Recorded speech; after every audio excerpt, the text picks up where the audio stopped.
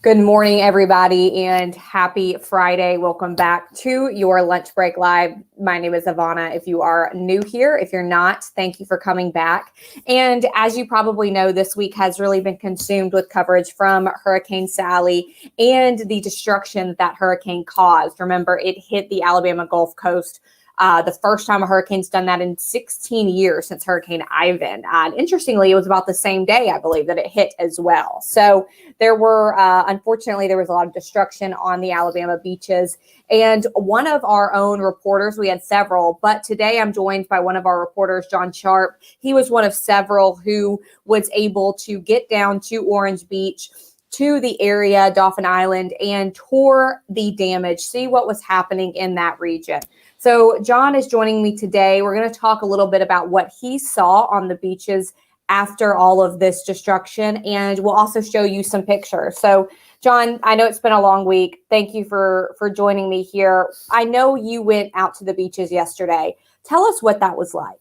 Yeah, was out at the beach yesterday. It was a beautiful day to be out there. Unfortunately, nobody was out there enjoying it. It was a cleanup day for everyone. What we saw was some pretty impressive pictures of boats that were just flung and setting on roadways throughout Orange Beach. A lot of, as we know, Hurricane Sally surprised a lot of folks. Surprised the folks on the beaches, and to the point where they couldn't get their boats out of the waters, out of the marinas fast enough. So what we saw is, I saw several boats that were just sitting on Route 161, Orange Beach Boulevard, by the large Orange Beach water tower. And we saw one that was, a real large boat just sitting on the side of the road, like some sort of large, humongous yard ornament or something like that. I mean, it was really, it was sad, but, nonetheless, it was, just kind of like one of those awe-inspiring things that Mother Nature can bring about. And that was one of the things that was really eye-opening. The other thing was kind of the human element of what we saw at gas stations throughout all of Baldwin County. There's long lines of people just sitting in their cars waiting to get fuel. That's a big deal right now. There's no power. 90% of the county, maybe a little bit less than that now, but it's still without power. We're several days after the storm now. I myself, I live in Daphne. I don't have any power. So it's getting to be kind of a situation where people are being very patient right now. But as this goes on, I mean, that could be a concern as far as, the situation with electricity.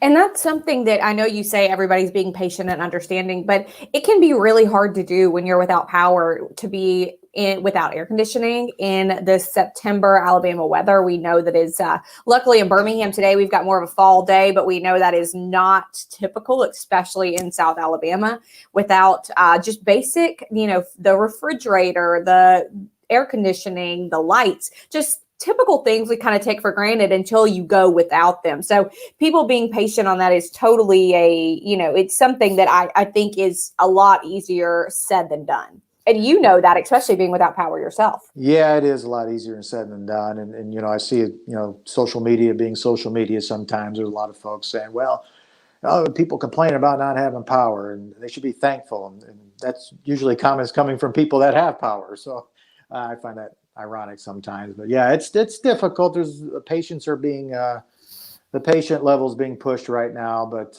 you got to tip your hat off to these utility crew members that are out there working. I mean, I live on a road where I've seen, like, for instance, the city of Tallahassee's electrical utility company or electric utilities are out there. Mm-hmm. Folks are coming in. The Cavalry's come in. They're in there. They're helping us out now. They're helping restore power. So that's kind of a heartening thing to see. The guys are working very hard right now. Right. It's yeah. Go ahead, John. No, it's just we're keeping our fingers crossed, but further south into the county, there's not even running water right now. Gulf Shores is no running water and sewer in a lot of places. So it's the situation we have in Daphne is bad, but it's not nearly as bad as other places, and so. It's Well, just and I'm going to. showing some of these pictures yesterday where you and our photographer Joe Songer, you went out and got a really good look at this damage that was that happened along the beaches. I'm showing some of those pictures now, and you could see one of those boats you mentioned up on the sidewalk off of the roadway, and I think you mentioned it earlier. But the force of just nature to be able, those winds to get that boat and bring it up onto the roadway. I'll scroll through a few more of these photos so you can see it. I know you talked about gas stations, about fuel being something that was really needed right now. We've seen a lot of long lines at gas stations, which is pretty typical during disasters like this. And you see this gentleman trying to fill up some extra tanks here to have for gas.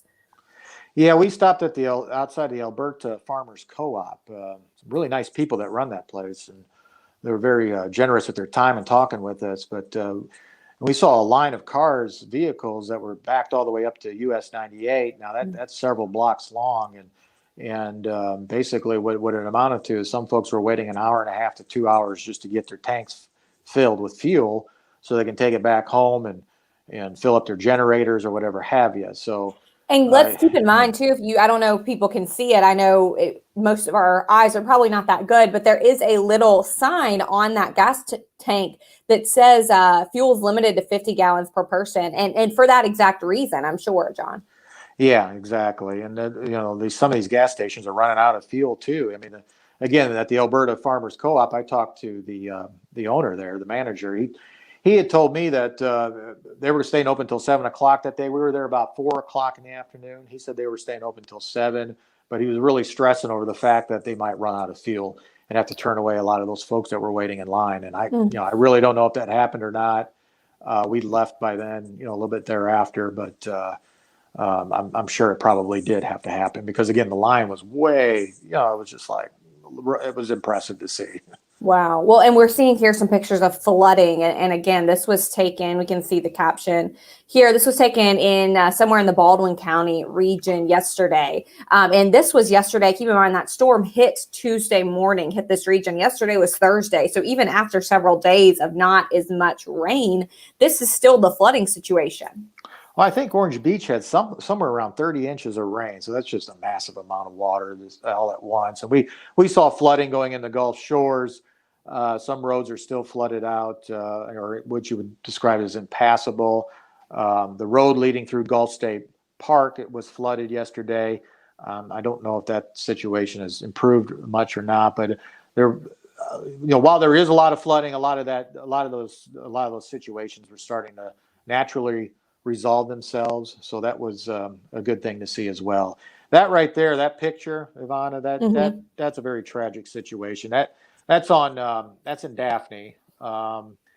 Gentleman by the name of Coach Rich, and we did a Facebook Live yesterday with him. Actually, that was his aquatic center, the Eastern Shore Aquatic Center, where hundreds of kids in the area went for swim lessons. And so there's definitely a heartbreaking story there.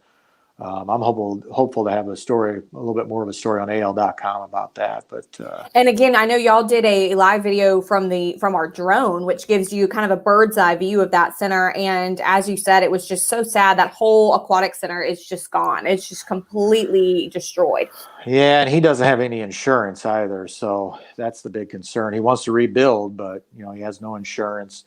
There's a lot of emotion there right now. And there's some families that are just devastated over this. I mean, it was a place where, again, hundreds of people were taking their kids to go learn, take swim lessons. And, that was one of the few buildings that looked like that, especially in the Eastern Shore area. That's absolutely obliterated. I mean, there's no salvaging that at all.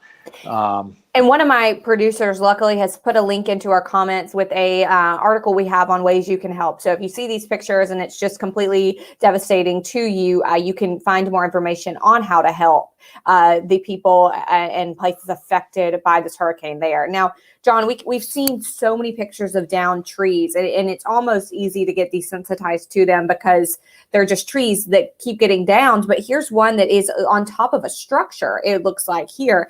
And it's just, again, it's amazing these winds can take down these huge trees after that soil is so saturated. Yeah, that's in Alberta there. There was a lot of trees down in Alberta. There's a lot of trees down everywhere in Baldwin County. It was that from basically Spanish Fort south. I mean, I haven't been up in the northern part of the county, but I know there was damage up there as well. But, it's pretty eye-opening once you get down to the southern Mhm. part. And that's in Alberta. A lot of trees that were just, they look like tornado damage in some areas that they just twisted around and knocked over. And but you're right. The saturation from Sally's long slog through our area, and then the wind speeds that came through. Wind speeds gusts over 100 miles per hour. That it was a perfect recipe just to topple trees over all throughout the county, And then and there's in some more, Mobile right? County too. Right. Mobile And then County there's as some more well. right on Bienville's, the, I'm sorry, yeah. John, go ahead. No, I don't want to downplay the effect in Mobile County. I mean, right here in downtown Mobile, it's as visible as you can see. I mean, Bienville Square looks like massive destruction of trees.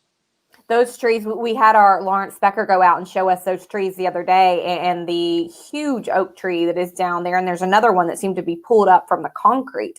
And we showed some video from that, and it was just devastating. And here you see some palm trees down over right on the beachfront there. And you can see again that wind just ripped them down. You can see, John, do you remember where this photo was taken?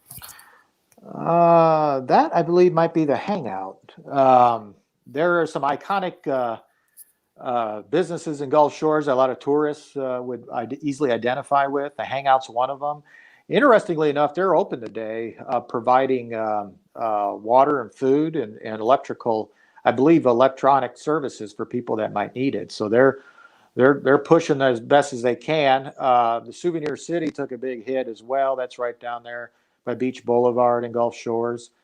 Their awning, their famous awning with the shark as you enter into the building. It's a big popular souvenir shop. It took quite a beating.